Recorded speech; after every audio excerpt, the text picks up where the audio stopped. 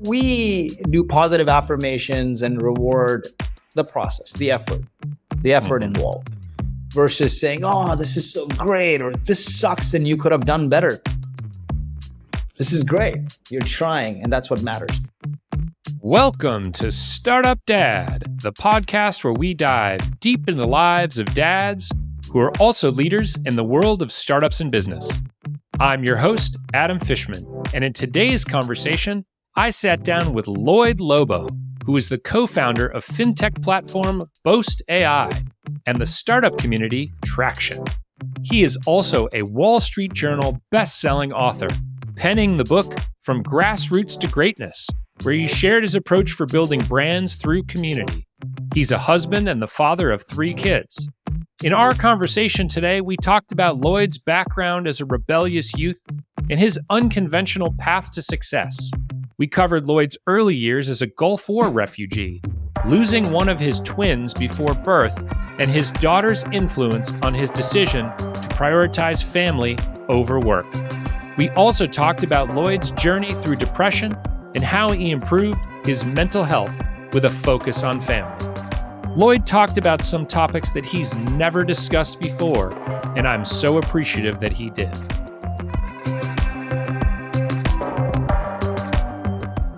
I would like to welcome Lloyed Lobo to the Startup Dad podcast. Lloyd, it is a pleasure to have you on the show today. Thank you for joining me. I'm stoked to be here. It's a topic that's dear to my heart, but I've never really had the opportunity to discuss this. So yeah, let's rock and roll, man. Well, so I wanted to kick off and just ask you a little bit more about your background. You've had a pretty fascinating professional career. So tell me and our listeners a little bit about you and your background. You know, I'm an accidental entrepreneur and now accidental Wall Street Journal bestselling author. Ooh, I'm holding the book wrong, right? From Grassroots to Greatness, 13 Rules to Build Iconic Brands with Community-Led Growth. But accidental, I say, because I don't think anyone thought that I'd be where I am today. I was a pretty rebellious kid growing up. I didn't finish high school.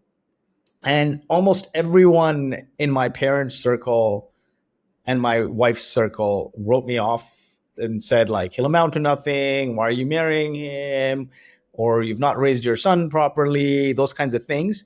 And, you know, it's really funny. One day during a very, very tough low point in my life, in my late 20s, my mom cried to me and asked, like, did I make a mistake giving up my career to stay at home and raise you? Did I make a mistake? Was that the wrong decision? Did I not give you the right values? And that was probably a massive turning point in my life. And I think I started running since then. And I just never stopped running, startup after startup, failure after failure. And even after being a part of selling half of the company I co-founded and cashing out, didn't still feel like a win. And, you know, writing this book and making it a Wall Street Journal bestseller was a gift to mom that, hey, you know what?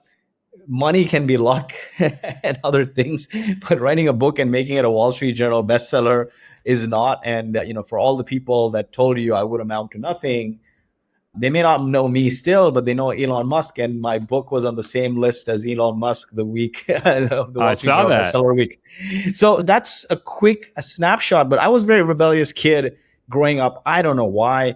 Number of probably, you know, nurture things, right? You become the average of the people you surround yourself with. All of my schoolmates were backbenchers, troublemakers, and I was the leader of the pack kind of thing. And yeah, didn't finish high school. You know what's really funny though, despite not finishing high school, I still graduated an engineering degree. Now, most kids who don't finish high school would never apply to university. I applied to every freaking university that existed or that I had access to. And one university followed up saying, hey, can you write these entrance exams? And I wrote the math and English, did well. And they asked me for my transcripts. I made up some BS story. And they said, listen, we need your transcripts within a month. You can start the semester because you're running out of time. But if you don't provide the transcripts, then you can't continue. Now, luck would have it, they never followed up. And I graduated a bachelor's of engineering in software. And the lesson there is, which summarizes my life and my journey. I completely believe in luck. I believe in the law of attraction. I believe in manifestation. And the summary of my journey is luck and risk are two sides of the same coin. The ones that get lucky are the ones that never stop flipping. Risk, risk, risk, risk. Yeah, that's an amazing way to live your life. Amazing philosophy. Tell me a little bit about, you had a pretty kind of tumultuous growing up life, right? If I recall, you're a refugee, Gulf War refugee. And so tell me what, aside from everyone saying Lloyd's never going to amount to anything, what was life like growing up? What was it like to be a Gulf War refugee? Honestly, life was great. I have never had a dull moment in my life. I think the saddest time, probably the only time in my life that I face planted and hit depression, was when we sold a majority stake in Boast in my company, and I left the day-to-day of the company, and I felt I lost my tribe. But here's the thing, man. All my life, I didn't have money or probably any privilege, but I was happy. You know why I was happy? It was because I was surrounded by great people. The people slice that in all kinds of different ways, right? They say, oh, misery loves company, or you are the average of the 5 people you surround yourself with. One statement summarizes my experience of the Gulf War. I think I was 9 or 10, and the war had hit, and the community came together to evacuate the country to safety. Security had lapsed. You weren't sure if you were going to live or die. No phones, no internet. Every building became a sub-community that coordinated supplies and coordinated security and shelter and food, and communicated with the next building and the next building that communicated with embassies and governments and helped us evacuate to safety. And through that experience, as I was going on this rickety bus from Kuwait to Baghdad to Jordan on the highway of death, you can Google search highway of death in Kuwait and you'll see the situation there, burnt buses and whatnot. The adults who didn't have a valid currency, lost their homes, weren't sure where they're going to land with their kids. They should have been crying, right? They should have been stressed. But as I looked around the bus, as a 9-year-old, I saw something very profound. Everyone was laughing and singing and playing the guitar. It was insanity. And it didn't probably strike me then, but when I was reflecting during my darkest hours after I left the company and got depressed, I realized that it's neither the destination or the journey. It's the companions that matter the most. You could be on a crap journey on the way to hell, and great companions will make it memorable. Luck, good fortune, whatever you call it, all my life, I was surrounded by great companions where no hardship felt like it was misery, like I was going through something difficult. Genuinely, like I don't even know how to explain this feeling, because a lot of people ask me the same question. I'm like, the Gulf War was great. I had a fantastic time. We were playing soccer. It felt like a camping trip. We were playing cricket. We were barbecuing. I almost burned a camp down, by the way. So, every bus had color-coded supplies, ration. Yeah. And, as a 9-year-old, I was huge into Rambo. Like Arnie and Stallone were my favorites, right? Until today, my morning routine song is Eye of the Tiger. Big fan of Stallone. And I'd thrown a red bandana on my head and I was running around like I'm rescuing Kuwait from Saddam Hussein. And no adult there made me feel like this insignificant kid. Mm-hmm. And, reflecting back, I also realized another thing, that great leaders, they cascade purpose, not just goals. They cascade purpose to a point where a lowest common denominator like me feels like they're driving the damn bus, right? And so I accidentally pulled a canister thinking it's water from the other bus. And when we landed at the first camp, my uncle, who's like super tall, lifts this massive canister to pull it in a vessel to make tea for everybody who are tired. Like that's a thing that we drink in India and the Middle East. And it just exploded in flames because it was gasoline. Oh, no. And everyone was running. Camp almost caught fire. But nobody made me feel like, what? Man, it's a mistake. You had the right intentions.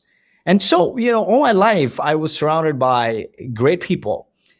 Even before the Gulf War, my childhood summers were spent in the slums of Mumbai. My parents were working in Kuwait. That's why I was born in Kuwait. but they're from India. And my mom grew up in the slums of Mumbai, where watching TV was communal, where eating was communal, where going to the bathroom was communal because there's no toilet in the house. Right. And every summer, it would rain a lot and puddles would turn to ponds and you'd be swimming in there. It was a communal activity. I kid you not, man. At the end of the summer, when we had to go back to Kuwait, I'd grab my parents by the feet and be like, just leave me here. I don't want to leave. I don't want to go back to Kuwait. I want to spend time here. And so to me, your companions matter the most. The who you surround yourself with can put you in an elevated state of mind or make you feel like a peasant. So no matter what the hardship was, I've always been surrounded by community. Fast forward a few years, built after university, I only ever worked for startups. My first job was working for a startup founder, and my last job before starting Boast was working for a startup founder. And when we started Boast, we built the company on the ethos of community because we didn't raise money. We had to get customers and we couldn't afford any other marketing tactics. So we started hosting free events at our co-working space because we had the free space. And that eventually exploded into traction, which now we've had founders of Uber and Twilio and some of the biggest companies come to our conferences and events. But literally, we built a company on community. Where I live in San Francisco Bay Area is a community. When my whole family was down and out with COVID, I was hospitalized. They were sending us food every day. When we lost a twin, they were with us through and through, praying for us, sending us good wishes, food, taking care of us. So all my life, I'd been surrounded by community, and it's just nothing has ever felt like a hardship. As far as I can remember, there's only one time where I hit rock bottom is when I left the day-to-day of my company. And that's because I felt like, dude, I built my identity around this company and this is my tribe, my community. I leave the day-to-day, I lose my tribe. Yeah. And what brought me to good health and sanity was, again, a community of fit, healthy, positive people. And that's also the reason why I wrote the book. Yeah. Well, we're going to get into that book here in a little bit. But I wanted to transition and talk a little bit about your family now. So you've got a partner, you have a bunch of kids. So tell me about life now. Tell me about your partner. Tell me about your kids. Man, life is wonderful, knock on wood, right? Thank God. I'm thankful. I'm just thankful. I couldn't be in a happier, elevated state of mind. I got 3 kids, 9-year-old daughter, 5-year-old daughter, who had a twin that passed, and she was born 4.5, 5 months premature, spent that time in the incubator, so miracle baby, and then a 2-year-old boy. And the last 10 years, man, I spent no time with them. Just running, right? Like from that time in my late 20s when my mom asked me that question, I was just running. And my wife would always tell me, stop to smell the roses, right? You spend no time with family. You're just obsessed with this one thing. And I'd, ignore it. And during the pandemic, we got into the due diligence of selling off the company, and it got worse. Nobody saw me during the pandemic. And my wife would say, this is bad. And I'm like, listen, I'm just going to book everyone to Bora Bora when this deal goes through. And she's like, nobody cares about you, Bora Bora, the kids especially. We care about like phones down, having dinner with you every day. Just the compound interest on that is huge. Nobody's going to remember the 1-2 week vacation a year. I'm like, yeah, whatever. The deal goes through, man. And I kid you not, 2 days before the Bora Bora trip, I got hospitalized for Omicron. I'm on oxygen. And my wife, who's a physician at Stanford at the hospital, is not allowed to see me. There are people in spacesuits and a 24-hour Zoom. Whoa. And that's when it hit me. I think my life and everything I struggled for a flash before my eyes. I'm like, if I die today, I haven't spent any time with the kids or my wife. And the thing is, my wife and I have been dating since our teens. I was her prom date. Wow. So we're best of friends. Everything I am, I have everything I am because of 2 women, very strong. My wife and my mom. And my mom, it's funny, I'm not hyper religious, but my mom is. And so before every sales deal, before every major deal, big or small, I call mom and I'm like, pray for me. I'm worried. And so she tells me all the time, I have equity in your company. She's a praying woman. God bless her. But life flashed before me and I'm like, dude, what good is this money? Like literally, what good is it? If I die today, it's gone. It's literally gone. I don't experience it. And then I have no relationship with my kids. The last 10 years are somewhat of a blur with my wife as well. And so how do I change? But old habits die hard. I said I'd change, but then the company went from 30 people to 130 people in a span of 6-7 months. And I just got worse because we brought in a growth equity firm. We brought in senior leaders from large companies. And I just couldn't figure out what my role is in the company. And I just got worse and worse. And my daughter comes to me one day. She was then 7.5. She's 9 right now. And she said, Dad, you promised us you'd spend more time with us, but you've gotten worse. And I said, sweetie, the company has added 100 people. I don't even know what my role is in the company. Things are just moving fast. We got to do right by the people who put their faith in us so they are made whole. She's like, why don't you go and work for somebody who thinks like you so I can have my dad back? Right? Because we were all employee first. If you treat your people with love and help them grow, they'll treat your business with love. Your business will grow. Everything was employee offsite once a year. Even when we made no money, take them to Cabo, Costa Rica, Hawaii, bring people together through events, etc. And man, I think I was at such loggerheads with the new execs that I stormed into a board meeting after my third kid was born. This is a funny thing, right? I still didn't listen to my daughter. Then a few weeks after, I'm at an offsite in Austin. I get 20 missed calls. My phone's always down like this. 20 missed calls. I pick it up. It's my wife's great friend. And she's like, you're an asshole. You did it for the third time. I'm like, what happened? She's like, your wife's in labor. There's no sign of you're not even in San Francisco, I hear. So get on the next flight. Next flight is next morning because it's late. And I barely make it to the birth of my third kid. Within like an hour and a half or so, she delivers it. Oh, wow. And then I storm into a board meeting saying like, these execs you hired suck. And like, I don't think they're going to work out. And they're like, whoa. You were like a single point of failure running product and GTM and all of this. And you've had a very stressful year from COVID to, third kid. And it's just been a tough time for you. Why don't you take a paternity leave for 6 months or so, and we'll figure out the right role for you when you come back. And when you tell a founder who literally helped will this thing into existence, put his family on the line, kids on the line, that, transition, like basically take a paternity leave. Man, I face planted hard. I went home that day and I hugged my wife and I cried for 10 minutes. And I'm like, I'm really sorry for all the times you needed me. And I put the company first. Today, the company doesn't need me, and you're the only person standing here. And that's when I hit depression. I felt like I lost everything. Life was crazy. And then one day my wife yanks me and she's like, Lloyd, I let you grieve and I let you mope.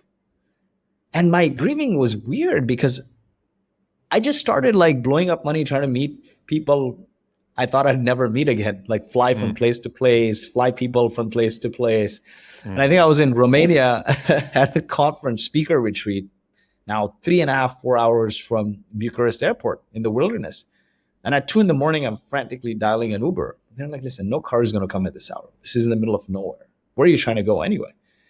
I left the Uber thing on. Finally, 20, 30 minutes later, cha-ching, and the Uber's on the way. When the Uber shows up, I'm like, hey, wait. I bring my bags, I put my laptop on the trunk, I book a flight to Costa Rica, and I tell everyone, listen, I'm leaving. And the flight to Costa Rica was literally like 4.5 hours away. So I barely make it to the airport because I had some friends who called me and said, we're in Costa Rica, come. I felt like I was going to lose my whole tribe. That's how I face planted. And then when I get back from the trip, my wife's like, hey, listen, look at you. You're overweight. You're insufferable. But you're in a position that you can move anywhere. But you choose to mope about something you don't have versus appreciate that the glass is half full. Everyone would want to be in your position. If something happens to you because of these lifestyle choices, you might not get a third chance. You got a second chance after COVID. And that was a wake-up call for me. And I started to change things around. And I think one of the biggest things, when it comes to mental health is we focus on a lot of exogenous factors, right? What are those to fix your mental health? Meditation, medication, and masturbation as a euphemism for all the other things you try to do to cope with it. But sometimes it's the environment, man. If the environment's holding you down, 9 out of 10 times, if you change your environment, you will make a material shift towards changing your mental health. And my environment was Silicon Valley. Entrepreneurs were just hustle, hustle, hustle. Oh, when's the next thing? When's the next thing?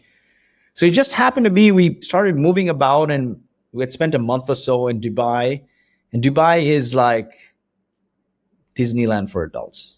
It's Miami meets Vegas, right? Like it's the place where you don't do chores. Everything is done for you. It's a good mix of Miami, Vegas, and Singapore with massive safety. And so we ended up here, and the beauty of this place is everyone's extremely fit. If you go to the gym here, for every person that's training, there's a trainer. Like it's part of the culture. They actually have a fitness month where even the whole political party and the leadership just goes and out on the street running around and so on. It's a very fit place. And we decided to just move on the beach. Now, if you move to an environment where everyone around you is fit, you become the average of those people. There's 2-3 times you'll avoid doing it. But every time you step out of the house, you see a bunch of fit people walking the beach. You're like, okay, you know what? The third time you're like, okay, let's see what it's all about. Fourth time you're like, okay, let's do it. And the fifth time it becomes part of your lifestyle, right? I think another big part is environment, and 2 is working out. Being healthy is a huge part of fixing your mental health. And a lot of people just don't get the opportunity to work out. Think about it. All my life, I lived in the suburbs. Even going to the grocery store was like a 10-15 minute drive. But now all of a sudden I'm in walking purview, walking path of everything. To go anywhere, I got to walk, and there's like 10 stores and the beach and everything. People are surfing and all this in the way. So then that becomes your lifestyle, and compound interest in doing that over a year or so just puts you in an elevated state of mind, health, fitness. You know, it's funny. I put this Instagram post. I'll probably just quickly share so you can see how fat I was. That was me, 2021. Now I do calisthenics. I can do the human flag, right? Amazing. So you see that really changed my life around, is changing the environment. Sometimes that's all it takes. Yeah. Yeah. So I wanted to ask you, so your wife's a doctor. You're for a long time an intense startup founder who lives for work. What was the decision like for the two of you to start a family with that kind of intense lifestyle? Most people would say that doesn't make any sense. Love makes you do stupid things. But you know what's funny is an inexperienced entrepreneur and an inexperienced... See, there's passion in both, right? Relationships and business. When passion meets profession, you become Michael Jackson. And what that means is like you put your full force. So what happens is you've never been married before. You're dating since you're in freaking just finished high school. You're like prom dates virtually, right? You're naive. You're like, I love you and all that matters. Like, we're going to make it work. Same thing with business. I don't give a crap about what the naysayers say. I'm going full steam. I'm going. Yeah. Sometimes it's better not to know of the pains in your path, because you'll just run and you might get poked a few times, but you'll just like move on, versus you psyching yourself out about the 100 things that could go wrong. Now, on the personal side, I'm a very intense founder, but on the personal side, I'm super nervous. My wife's a very intense partner. And so what that means is she got into medical school second year of undergrad. So she knew her path was going to be long journey to being a doctor. And then she did a fellowship. So she always wanted to have a family. And she's like, money is a means for me. Yes, I want to draw joy from what I'm doing. That's why I want to become a doctor. But that doesn't mean I'm going to go into a profession that puts me 24/7 on call, and I'm not going to optimize for additional hundreds of thousands of dollars.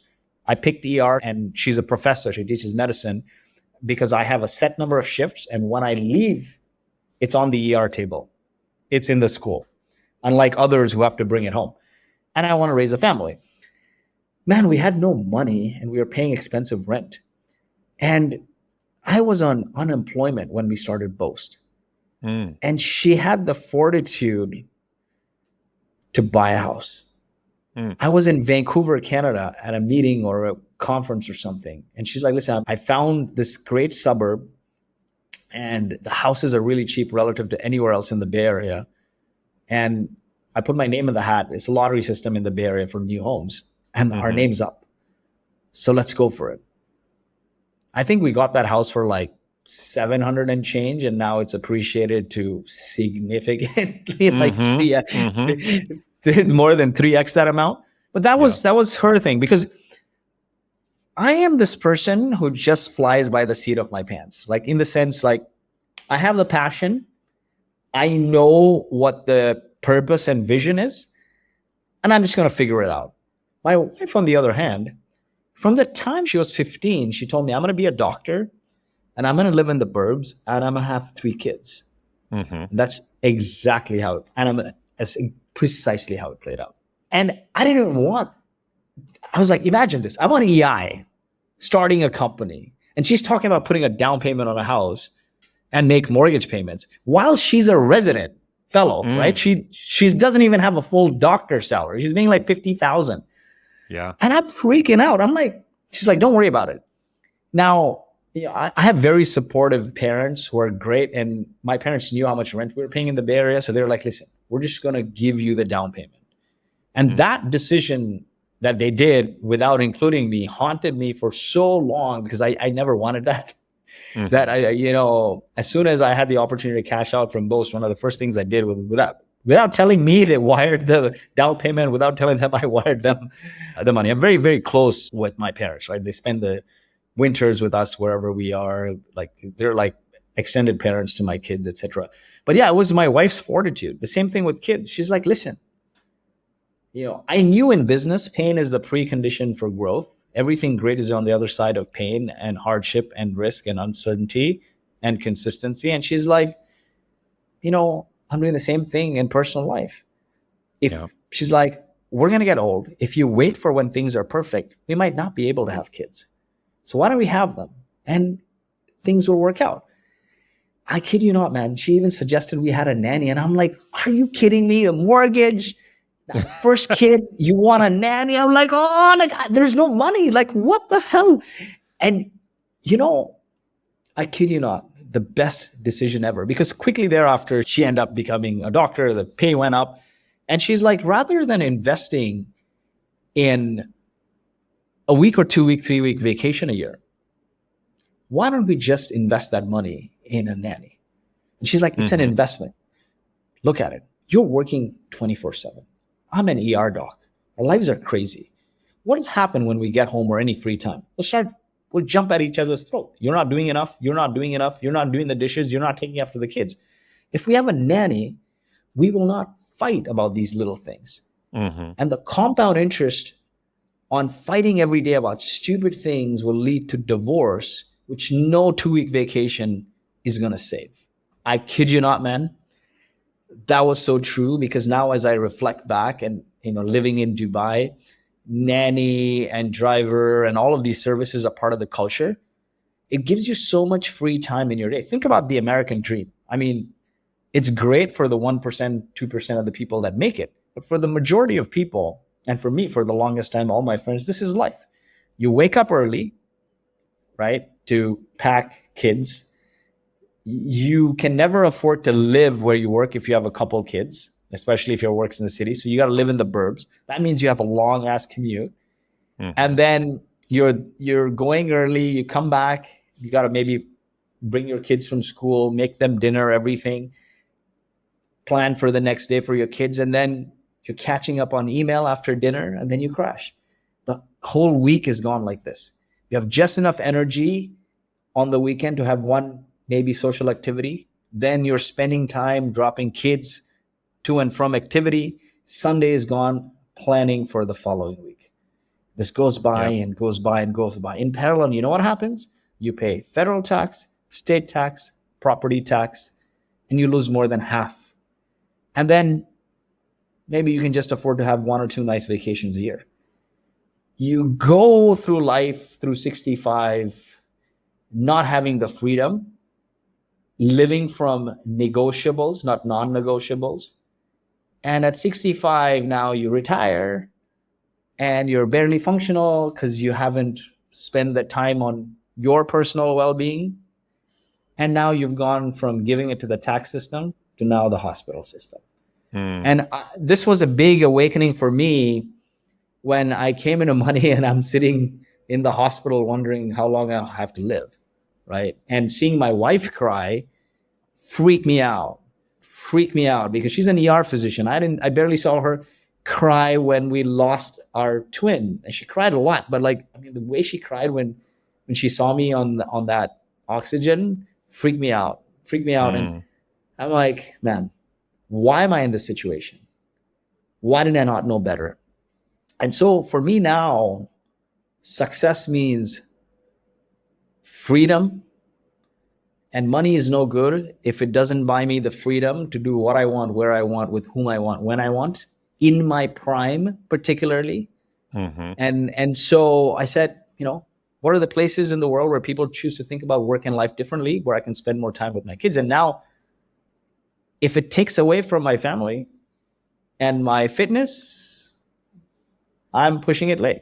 And so being in this time zone also works because I wake up spending all day with my kids. I work out, go dancing with my wife, walk the beach. And now it's 9:30 here. So I'm doing podcasts and I've spent the day doing things that bring my energy up. Yeah, that's great. So you mentioned now a couple of times losing a twin. Tell me about that experience. It's a very hard experience and more for my wife than anything else. We were trying to conceive for a long time after our first kid, naturally.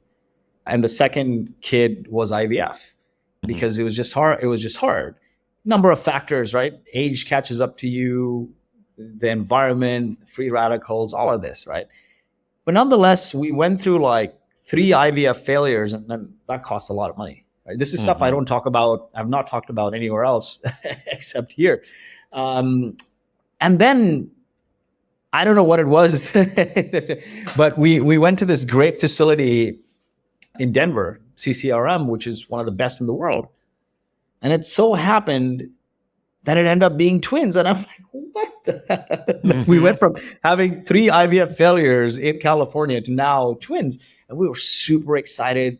We brought twin strollers. We had a baby shower for twins. We bought matching outfits. Think about the emotional investment. We took pictures with everything twin, with my older daughter saying, I'm twice as lucky, and all of these things, right? It becomes then more of an emotional connection. And then I'm at a meeting in San Francisco and I get a call from Vivi crying. And I freak out and I'm like, what happened? They can't track the heartbeat. And I go there and she's surrounded by doctors and one kid has passed, right? And this is now 5th month in, I think. And I just can't make sense of it. I'm mentally shut because I'm not a medical professional. I don't know the ramifications. And all her doctor friends are surrounded. And we can't pull the kid that passed anyway, Eliza. And so a couple of days passed by now. She's sitting under watch. She's sleeping under watch. And then the doctors tell me that, hey, we're going to have to pull out the second kid because the heartbeat is fluctuating up and down and up and down. And I freak out. I'm like, we've had now 3 IVF failures. We're this far. Are you really going to pull a kid 4.5, 5 months premature? What are the odds? And Vivi just looks at me and she's like, I don't have time for you to play satellite doc. These are my friends. This is our profession. We're going to go in. We're going to take the risk. I took risk in everything business. She's on the other side of risk in personal life. And so what happened was the umbilical cord wrapped around and choked the other kid. And it was doing the same for Amelia. And so Amelia was born 5 months premature. Has a very tough time, man. She was in the incubator and we were looking at and seeing babies around us pass, right? Imagine she was born at a pound and some 7-8 inches, less than a pound, 500 grams and change or less, and like 9, 10 inches or really small. And it's like we observed her looked like a little rodent and grew into a child with no signs of anything, perfect, like our miracle child. But I think what kept us sane during that time was there's this physicians moms group, and they had a group for parents with premature babies. And so my wife would always log on and communicate with the people there, and just seeing other people whose preemie kids had grown into full-fledged functioning humans with no side effects or disabilities was encouraging, right? And I think ultimately you got to just manifest sometimes, right? And I think my wife Vivi, she's willed this life into existence. It was a very tough time emotionally, mentally, and more for her. And till today, it's hard, right? Because every year it's a hard time at the birthday, and it's now 5 years. And Yeah. we have her ashes in a heart next to my wife's dad's ashes. And it's something that you can't forget, especially for a mom. Like, we saw this child in our hands that we had to cremate, right? And I think emotionally, it's something, there are some things in life that don't leave you. And this is one of those things, because you look at Amelia, they were meant to be identical, mono identical twins. That means pretty much one feels the other's pain, like that movie from Jackie Chan or whatever it was. And so when we look at her, we think of the other one, right? It's not something that you can forget, but neither should you, right? I think life is meant to be full of good memories and not so good memories, not so happy memories. The not so happy ones help you realize that, for every rose, there's a dozen thorns, and that keeps you sane or in check. Kind of thing. Yeah. Thank you for sharing that story with me. As your kids have started to kind of grow up, as you've grown up, what would you say some of the more surprising things that you've discovered as a dad are? Oh man. I'll share some funnies. Well, actually, let me ask you this. What is the most common thing you hear from people? One of the things that sticks with me is people sharing how perceptive kids are and how much they kind of absorb from you. And I think we all know that in theory, but I've had a lot of stories about kids sort of observing things that their parents are doing and kind of modeling that behavior. And that's been really, a lot of people mention that. So I'm glad you brought that up, right? So my wife, Vivi, has been the mother and father figure for our kids, especially the girls. Because think about it, I wasn't really around, just running for the business, building the community. And I didn't realize how much of an impact she's had on them until now. We're relaxed. I mean, we're living the best life. And summer that just passed, Vivi had to go and spend the whole summer back in the Bay. It's hot in Dubai anyway. She was teaching all summer, catch up on some shifts. The kids' school ended end of June. So I was to bring 3 kids to San Francisco myself. So 9-year-old, 5-year-old, and barely 2. On a cross-world flight from Dubai. 15 hours, couldn't sort the visa for the nanny, so no nanny, solo. Oh, no. I kid you not, it might be the most memorable flight I have ever taken in my life. My 9-year-old went into Vivi mode. She turned into like the reincarnation of my wife. And as soon as we got at the airport, she changed my 2-year-old's diapers. She managed him the whole flight and didn't sleep with me. And we were just playing fun games and joking with each other while she put him to sleep, and then she barely napped. And she's like, you just hang out with Amelia and I'll take care of Zayn. Man, It was such a memorable flight, and I get off, and when I go meet her, she's like, "You look energized more than anything." I'm like, this kid is something. And I guess, I shouldn't have expected anything less, because when she was 7.5, she says, "Dad, why don't you go work for somebody who thinks like you so I can have my dad back?" And now she says, "We like Dubai daddy. We don't like California daddy, because Dubai daddy is always around." And so I think, my wife has manifested herself into the kids, and they're all extremely wonderful. But my 9-year-old is literally like having a partner in crime. It's like, she's an adult. It's like having we have adult conversations. She does a lot. She plays music. She's into singing. She's into art. She's good in school. And she just self-manages, takes care of stuff. Wow. And I dream kid. So I'm lucky and fortunate. And I think a lot of this is nurture. It's not nature. Like 90% of what you are is nurture. And that's a key learning for me.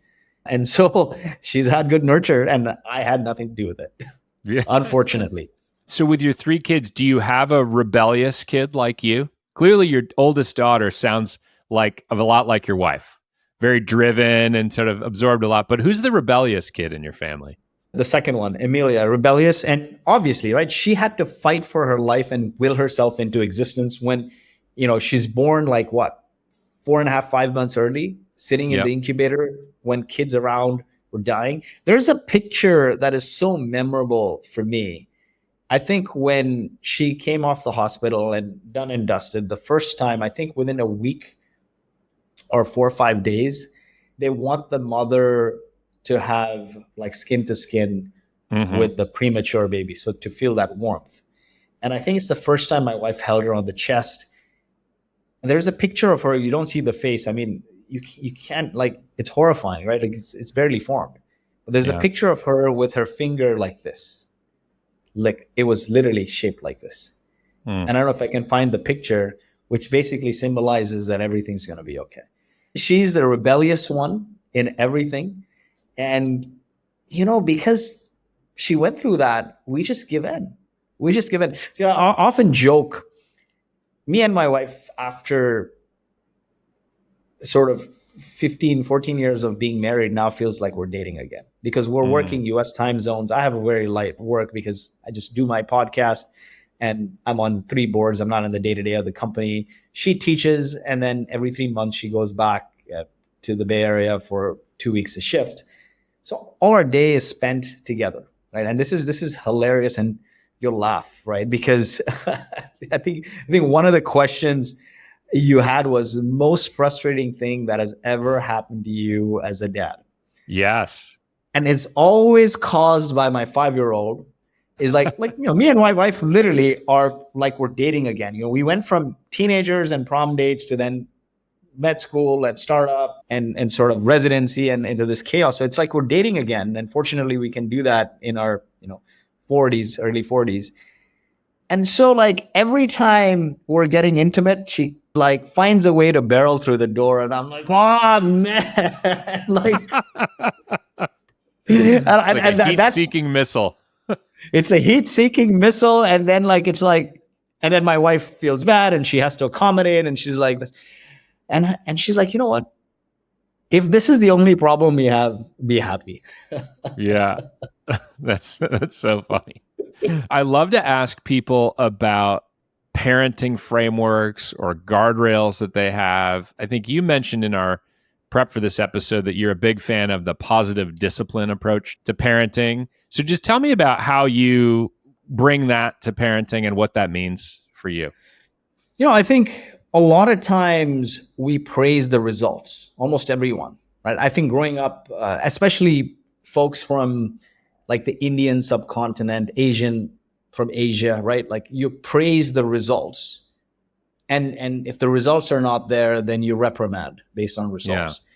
Yeah. And I think my wife had it a lot harder than I did, because it was pretty much like, you're going to be doctors. If not, we're not paying for school kind of thing. My parents were a little more easygoing. because my mom stayed at home and my mom's super emotional like me. So everything's like, my fingers hurt. I don't want to go to guitar class. Fine.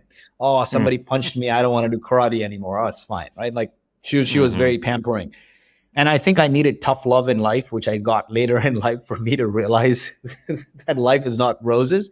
I think though, you gotta reward the effort, not the results.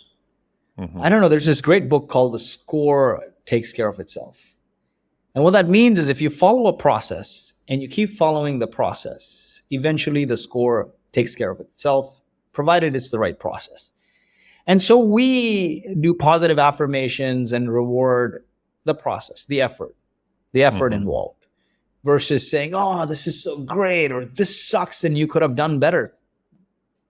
This is great. You're trying, and that's what matters. The other thing, what I realized, and it's probably my family heritage or mine and my wife's family heritage coming from Indian parents or, Indian background, it's all about education. I used to be able to climb walls when I was a kid and a number of crazy things, but every time I was told, focus on studying, focus on your math and your English and all of this. And don't bother about all of this. We don't want you to get hurt. You're going to get injured. And I think to myself now, my second child, like Amelia, is everything I am. She's huge into gymnastics and climbing and all of these things. And I would have probably pursued acting or music or the arts, right? That was my side, creative side. But I never had that encouragement because think about it. My parents were poor. They were trying to put food on the table and make sure we're educated. So they were worried that we go down this path and, we're going to end up broke, right? Yeah. And now that we have stability, my goal is to make sure our kids have great experiences, whatever they do. Doesn't matter they're an engineer or a doctor, as long as they create and have great experiences and are happy, they'll find fulfillment. And so one is that positive affirmation on the effort, like rewarding the effort, more importantly, and encouraging things that bring them joy. Because a lot of what we chase in life, especially in the Western world, actually the whole world, is society's definition of success. What always comes from the negotiable. I can't work in the city, but I need to take this job in the city, so I'm going to live in the burbs and commute, even if it damages my quality of life. Or, you know what? I can't eat healthy. I can't work out, so I'm just going to eat this crap. Everything starts with a negotiable. And I want my kids to experience non-negotiables. What are your values? And don't back down from that for any amount of money, because ultimately money is no good if it doesn't buy you the things that bring you joy. Yeah. And the things meaning the experiences or the way of life, the freedom kind of thing. And so we encourage right now, they're in like gymnastics and art and drama and music and dance and rollerblading, whatever it is. They do more extra activities and that fills up their life and time than school. And I truly feel what you do creatively outside of work, outside of your 9 to 5, is what makes you as a human. Because think about it. Everyone is doing one thing, going to school or doing a 9 to 5. How many people step out of the 9 to 5 to make time to consistently do something else, to expand their creative side? What you are in business and in life is how you expand your brains outside of the 9 to 5. Yeah. Yeah. No, that's really good advice. A lot of parents would benefit from following that, I think. It's worked for us, honestly. I didn't know better. It's not my style, but of course, I have a rock star of a partner, and it's like reward the effort. And she's like, I was never rewarded for the effort. I was always told to excel in academics. Like I wanted to do all these things, and I'm like, yeah, I wanted to dance. I wanted to learn gymnastics. I'm 43. I can do the human flag right now. Why? Because as soon as I came into freedom, I started learning the things that I never could have access to as a kid. We're taking bachata, we're taking dance, we're working out. I wanted to do the human flag, so I practiced that. I want to do the splits. I'm learning all of this now. I wanted to do them as a teenager. Yeah. But I never had the opportunity. And so I'm like, why rob the kids? You're right. Why rob the kids of that? Let them do everything while they can and while they can grasp. Yeah. You've talked a lot about your wife and her being the rock of the family and the partnership that the two of you have, and, you know, being kind of almost like you're in high school again now. I want to talk about the other side of this for a second, because I always think this is funny. What is something that you and your wife don't agree on when it comes to parenting? School. I'm an anti-schooler. Okay. I'm an anti-schooler. I didn't finish high school, like I said. I feel like if I didn't go to university, I would have expedited my path to becoming an entrepreneur. You never know, because again, there's two sides to this, and now I think we see eye to eye. And she made me realize this. She's like, you talk a lot about community, and you are everything you are because of community. And truly I am. The people I know in Dubai or anywhere around the world, to the growth equity firm that bought half of Boast and liquidated us, I know all of these people through my community, through the Traction community. It literally came to some event I hosted and came into the fold. And so she tells me, how did you meet your co-founder? Because without Alex, there would be no Boast, there would be no company. This journey wouldn't be possible. I'm like, I met him at university. We're partners in every project. So she's like, that's what I'm trying to tell you. Kids can interact with adults only, right? And if you homeschool them, then they're only forced to interact with adults. They crave attention from other kids. And you may not care for the academics. You may feel like it's ancient, it doesn't change. I agree. But put them in there for the community and the social connection and the extracurricular. And so we never saw eye to eye for a very long time on this. But when she broke that down to me in sort of what's important to me, which is community and social connection, it started to make sense. But yeah, for the longest time, we didn't see eye to eye. And her thing is, I mean, she's doing well. She got into med school, second year of undergrad. I didn't finish high school. I've done okay. But in reality, you know, although I have this opinion that you don't need to go to school to be successful, the reality is if she didn't pay the bills for the last 10 years, I wouldn't be here either. Yeah. Right? A lot of people talk about family privilege, right? I may not come from family privilege, but I have a wife who's a freaking doctor at Stanford who persevered through 3 failed startups and paid the bills. Yeah. What more? So I had privilege at home in my own way. Yeah. That's a good acknowledgement. Couple more questions for you, and then I want to get to my famous rapid fire round. What is something that you feel like you've had to give up to become a father? Man, honestly, nothing. Initially, I always was afraid of having kids because I viewed everything as a cost. And especially when you don't have money, it's hard. But as I always believe in business, pain is the precondition for growth. I think Vivi made me see that in personal life, it's the same. It's no different. And so really, I don't think I've had to give up anything to have kids, or I never saw it that way. I mean, we had kids. I still did the business. And, you know, I'll tell you guys this, outside of work, you spend all your time with your partner, right? Make sure you choose your companions wisely. Your well-being depends on it, right? She made sure that we had a nanny even when we couldn't afford it. So I didn't have to give up on my business goals.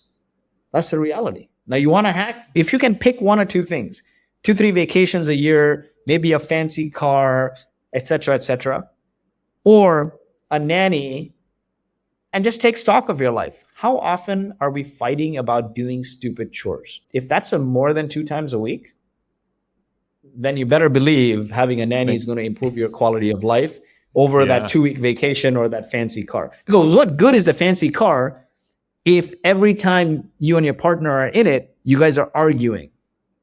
Right. Not very good at all. What good is that vacation where every time you're there, you're on the laptop. Oh, you're not taking care of the kids, or you like, what good is it? What good is it? Yeah. It's good for Instagram. but not good for your mental health. Yeah. What is a mistake that you've made as a father?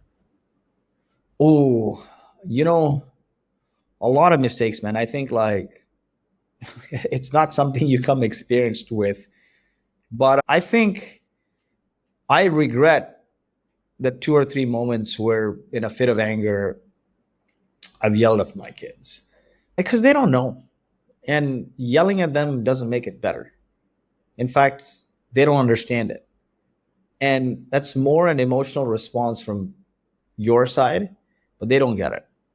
And it makes no difference. I was never yelled at by my dad growing up. And I wish I could emulate his behavior. But sometimes you get impatient and you're in an environment where it's COVID times and like you're on a Zoom call with lots of people and somebody yanks the internet connection and you lose it. Right? But I regret that. The other thing I regret, and this is the biggest regret, and fortunately, my kids are not going to be old enough to remember. But I was on the phone and in my office all the time. I barely spent any time with them. This is the biggest mistake I ever did. I missed, I missed it with my older one. And then when Emilia was born premature, I promised myself I wouldn't do it. And I was really good. And then one summer when we went into due diligence, I started neglecting her. And literally in a matter of a month and a half, I saw the switch from daddy to mommy in a big way. Right. And so I think that'll be a regret. But I think key thing is to have an open and honest conversation with your partner about what you guys are doing right and what's not, so you can improve, right? It's really funny. We're proactive on everything other than our own wealth, our own health, and our own relationships. Have you noticed that? Like when it comes to work, we want to be the first to show up and the last to leave and be proactive with ideas to impress this boss who's not going to matter in a few years. But what about your personal relationship and your personal health and your personal wealth? Like, why aren't we proactive? And I think finding the time to connect with your partner is huge. If you want to go fast, you go alone. If you want to go far, you go with a team. This is everything, right? You got to make the time to have that conversation. And what I like is if you can have a no BS conversation about the good, bad, and the ugly, it's really good, right? Yeah. I'm just trying to catch up on 10, 11 years of being an absent dad. I mean, 9 years of being an absent dad and 11 years of being a mostly absent husband, right? And so after my third kid, my wife put on a lot of weight. I mean, she's managing the house, has a crazy schedule, and also the kids and everything else. So she put on a lot of weight. And of course, for my mental health and well-being, we moved to this beach environment where everything is taken care of. And, it wasn't her preference, but she did it. And of course, now she loves it because it's like being in Dubai is like flying business class for cheap. And when you have to go back and do chores yourself, you realize the value of it. But nonetheless, I was able to transform through that journey because she made it possible. She could have said, no, freaking hell no, I'm leaving. She grew up in New Jersey. Right? Like she moved to New Jersey when she was, I think, 11 or 12. So now at like 38 to move here but she did it. And so I had this massive transformation and six pack and everything. And then I said, you know what can I do for her that'll enable me to maximize my time with her and make her happy? So now earlier this week, we started a 150-day 40th birthday transformation challenge. She turns 40 next April. So I said, I'm going to eat like you. I'm going to train with you, cardio with you, dance with you. We're going to do this, walk the beach together.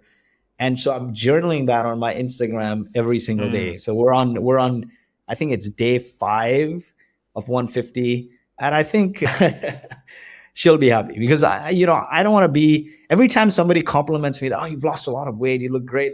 I think to myself, who made it possible? Yeah. Yes, I had the opportunity to go and train and do all this stuff, but who made it possible? We're here because of her. And so Yeah. I'm like, you know what? I want to do the same so you can get the compliments too.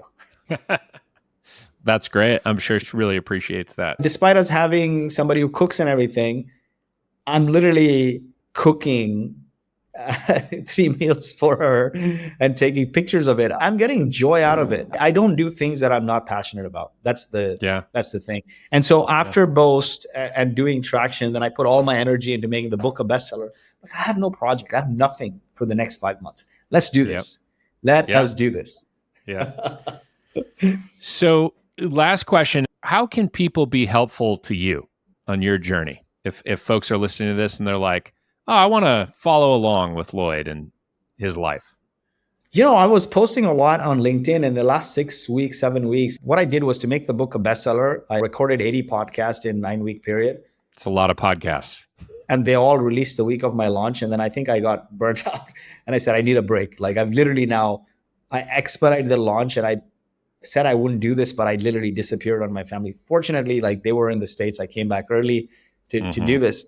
And so I just disconnected from LinkedIn and I'm spending some time on Instagram because I think it's more personal and it gets me to chronicle and do things on the personal side.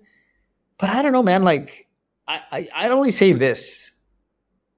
If you learn anything from me, maybe even one takeaway, just pay it forward. I think the only way to have everything you want in life is to help others without expecting anything in return. And this is not something that, I'm just saying, but it's part of our DNA in the sense, like I said, my mom grew up in the slums of Mumbai and she had 9 siblings. And every summer when I'd visit there's some stranger or the other in that slum there. And because Mumbai is the New York City of India, that's the reality. You want jobs from the villages, you come in there. And there's been some stranger or the other, and I asked my grandparents, like, why do you have this person here? You barely have room for us. And he'd tell me the only way to create abundance in life is to help others without expecting anything in return. Those people might not help you or see you, but you'll get everything. And today, none of his kids are in the slums. None of his grandkids are in the slums. Everyone's well off in some capacity or the other in different parts of the world. And I truly believe we've inherited the karma that my grandparents generated living in that slum. So if I could leave you with anything, I'm living my best life. But I think if you learned 1 or 2 things, just spend the time with your family, spend the time helping others, and you'll see the difference. Compound interest and just being there for your community, your people is huge. Pay it forward. I love that lesson. All right. Now, are you ready for our rapid fire round? Let's do it, man. I don't know. We talked about a lot of things. This is going to be hard. Okay, let's go for it. Yeah. So the rules of rapid fire are simple. I ask you a question. As quickly as you can, you give me a response, and then we move on. So here goes. What is the most indispensable parenting product that you have ever purchased? This is going to be funny. Melatonin gummies. Love that. Everybody's used some of those at some point, I think. Okay. What is the most useless parenting product that you've ever purchased? These expensive ass $500-$600 strollers we bought, our kids never wanted to sit in any one of them. They're just useless. Did you ever drop one of your kids as a baby? Yeah, my oldest one, and my wife's like, watch. And then in no time, we have this very high bed and she landed on her fours. I freaked out. I think I cried freaking out. So. All right. But your daughter seems to be doing just fine. So she's just fine. All right. How many dad jokes do you tell on average each day? Bro, I tell a lot of dad jokes. I'm notorious for making stupid jokes and trolling everyone. My kids don't believe a word I say. My cousins, my parents, nobody believes anything I say because I'm trolling. And you know what's really funny is I'm going to tell this one dad joke because I'm in Dubai right now, Middle East. Yeah. If this is Abdullah, what is this? I don't know. Sheikh Abdullah. Sheikh means sheik. Yes. Right? They don't say sheik, actually. It's pronounced sheikh in the Middle East. So if this is Abdullah, this is Sheikh Abdullah. Sheikh Abdullah. I love that. That's a Dubai dad joke. This may be the first ever of those on the pod. So, No, nobody in Dubai knows it. Every time I tell people, they just laugh. I don't know where I found it, but well, nonetheless. have you ever pretended to be asleep to avoid being woken up in the middle of the night by one of your kids? All the time. All the freaking time. Like more yes than no. And you know what? There's some science to this. Yeah, if you go and look after them, then the cries get stronger and stronger and stronger. If you let it pass, they just stop. And I've observed this with my oldest and with my youngest. No rules for the middle one. I don't know what it is with my wife and I. Like, middle one has a hall pass on everything. So I know you're in Dubai, but when is it acceptable to start blasting Christmas music? Man, Dubai is like probably the most liberal Middle Eastern place. Like, if you want to learn anything about Dubai, just go to Instagram and search Five Palm, Five Palm. It's like all the influencers moved here. It's like, bikini clad women and parties and beaches and then this is everything basically, right? But honestly, for my family, like, they're blasting Christmas music year round, man. Like, year round. It's a thing. And my dad's a retired executive chef, and he was a very celebrated executive chef. He worked in the Middle East, in Kuwait and Oman and Dubai, and in 99 moved to Canada. And so my kids love having them around. My parents, when they come, they spend 3-4 months of the year with us, and they take over the kitchen. And so they're making now, from next week, they're going to start, like, it's a process, making Christmas sweets. And it's a combination because we're Indian Catholic. So it's a combination. It's like Indian flavors and the Catholicism, for the most, where my family is from, has been brought influences from Portugal. So they mix up like Indian with Portuguese with West. It's insanity. That sounds pretty fun. What is the most difficult kids TV show that you've ever had to sit through? Man, that's like this Cocomelon with my 2-year-old, and I think I've had this experience with every one of them. And it's like on repeat and repeat. It's the same thing over and over. It's usually music with them. I don't know. I think all my kids are musically inclined. And there was this Indian movie that recently won the Oscars for the best original music. It's called RRR. Yep. And there's this song where they're jumping and dancing. And my 5-year-old and 2-year-old just want to play that on repeat. And it's like heavy drums and kicking. It's like every time we're in the car, it's nonstop. So yes. It's funny that you mentioned Cocomelon, because I think that is like 80% of the people who have answered this question have said Cocomelon. They're doing something right. Have you ever used your kids as an excuse to get out of social events? Yes, once a week or twice a week. I love that. It used to be never, and now I've expedited it. Yeah. How good are you at assembling toys and furniture for kids? I'm horrible at it. Every time I've tried to do it, there's like anxiety and tears. And so, we discovered TaskRabbit many years ago, and my wife's like, it's my best friend. Awesome. When was the last time, on that note, that you fixed something and it actually worked? Actually, I fixed something today. The power switch had tripped and the lights were off, and I just pushed it back to position and the lights came on.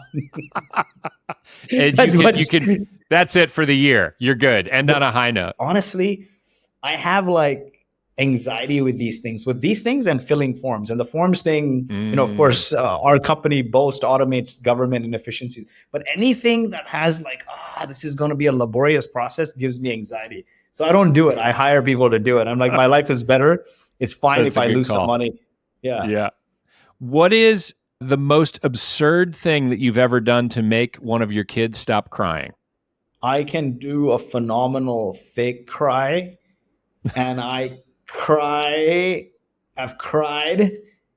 to a point where they think something happened to me, and then they stop crying. This has happened a couple times. And then the attention has shifted from me to them, and to them to me. And they're trying to console me. Oh, I love it. I'm like that. Have you watched this the series My Wife and Kids? I have not. With My Wife and Kids, I gotta tell you who it is. It's a funny show. We'll put it in the show notes for sure. Yeah, I'm that dad. My Wife and Kids. Is Damon Wayans in there? It's hilarious. And we didn't have kids when I used to watch that show, but my wife would always tell me, you are literally this guy. You're like trolling your kids, you're doing all this craziness. Like you're gonna be that dad. We weren't married. It's a 2001 show. We got married in 2009. I truly ended up being that. I'm always trolling, always joking around. That's me. Awesome. How often do you tell your kids back in my day stories? All the time. Back in my day, we used to walk 10 kilometers and we had no internet. Basically, I tell the stories that my dad used to tell me because I had never experienced. I didn't have to walk barefoot or walk the mountains. I just make it up and I just tell them like once a week. And they're like, yeah. Now my parents are here, so they just ask them and they're like, what are you talking about? Yeah, your parents destroy the illusion for you, unfortunately. Yeah. My kids don't believe anything. They know I'm always trolling them now. Yeah. How many times have you said, go ask your mother this week? I mean, they know the rules. Mom's the boss at home. Like I do not interfere, especially like when it comes to like snacking or like anything that they're trying to get out on from me. Like, listen, mom's the boss. She makes the rules. I follow the rules. That's it. Don't ask me. Yeah. Okay. Last question for you. Last rapid fire. With 3 kids, what is your policy or your stance on minivans? Oh, I have a minivan. I have a Tesla Model X. It's a minivan, and it's a cool looking minivan. Like for people who think the Tesla Model X is not a minivan, it is a minivan. What they did was they found the right demographic and they just made the doors open like this. Again, automatic doors that open like this, not like this. Everything else about it is like a minivan. It's got stuff for kids to play in. It's got great leg room. It's got front and back space. I'm not into cars, so like it works. I probably wouldn't drive a regular minivan. So like, thank you, Elon Musk, for making this car with doors that open like this, a minivan with doors that open like this. But yeah, I think here's the thing, man. When you have a big family, like 3 kids, you need space, right? Because car seats and all of this stuff take a lot of space. And then you're always dumping stuff in the car. A lot of what you need is to operate for comfort and not for style. Yeah. And so get the biggest damn car you can afford, right? The cars are not an asset. They're a liability. So understand that and buy the biggest damn thing that is reasonably or cheaply priced that will last you a long time and make peace with it. Yeah. That's it. That's your reality. That's the parting advice. I love that stance on cars. Okay. With that, Lloyd, it has been a pleasure having you on the program. Thank you very much for taking the time and thank you for sharing so candidly with me. This was a lot of fun, and I think a lot of people will enjoy it because it's a huge departure from all my other interviews. Thank you for listening to today's conversation with founder, entrepreneur, and author Lloyed Lobo. If you enjoyed the show, please subscribe, share, and leave me a review. It'll help other people find this podcast. Startup Dad is a Fishman AF production with editing support from Tommy Herron. You can stay up to date on all my thoughts on growth, product, and occasionally parenting by subscribing to the Fishman AF newsletter at www.fishmanafnewsletter.com. Thanks for listening. See you next week.